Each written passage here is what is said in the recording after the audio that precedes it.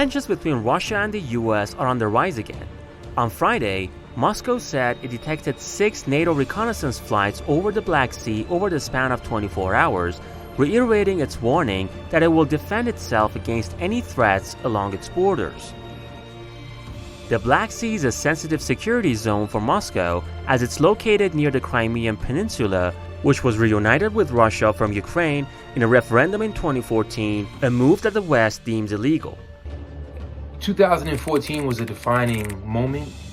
Russia stood up for itself like it stood up in 2015 in Damascus, across Syria. And this is what's of most concern to Washington in their search for a unipolar world, that Russia would have the audacity, the courage to stand up for itself.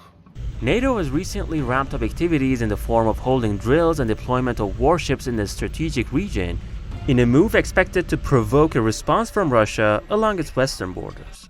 Kremlin spokesman Dmitry Peskov described on Friday as provocative the increasing NATO's activities in the Black Sea and the presence of Western spy planes in the region. I mean, Russia doesn't have anywhere close to the amount of U.S. military, the bases that the U.S. has surrounding Russia. Imagine if Russia had bases in Mexico and Canada and in the Pacific. The U.S. would never stand for that. So what we see on full display here is U.S. hypocrisy and the same Russophobic attitude that has characterized U.S. foreign policy for how many decades now? The Russian Defense Ministry said on Tuesday that the United States was setting up a multinational group of armed forces close to Russia's border in the Black Sea region.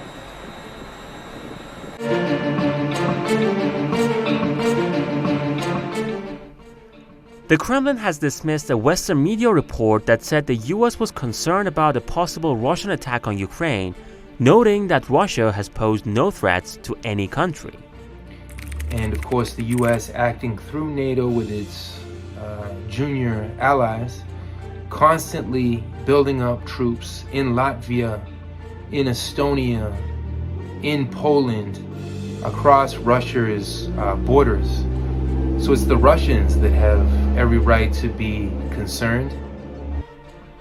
In the meantime, the migrant crisis at the border between Belarus and Poland is also spiraling into another regional dispute involving the West at Russia's doorsteps. Thousands of migrants have been stranded along the border for months after being denied entry to the European Union by Poland. Minsk says Warsaw is violating international asylum norms by preventing the migrants from crossing the border and greeting them with a heavy-handed response. In face of escalating military activities near the border, Belarus and Russia held snap joint military drills in the area. Russia's defense ministry confirmed in a statement that its paratroopers were taking part in the exercise. Minsk has also threatened to cut off Russian gas supplies to Europe through pipelines that transit through Belarusian territory in retaliation for any possible sanctions from the EU. It would be bad news for Europe if Belarus moves to carry out the threat, as gas prices on the continent have already hit all-time highs and are vulnerable to any possible supply disruptions.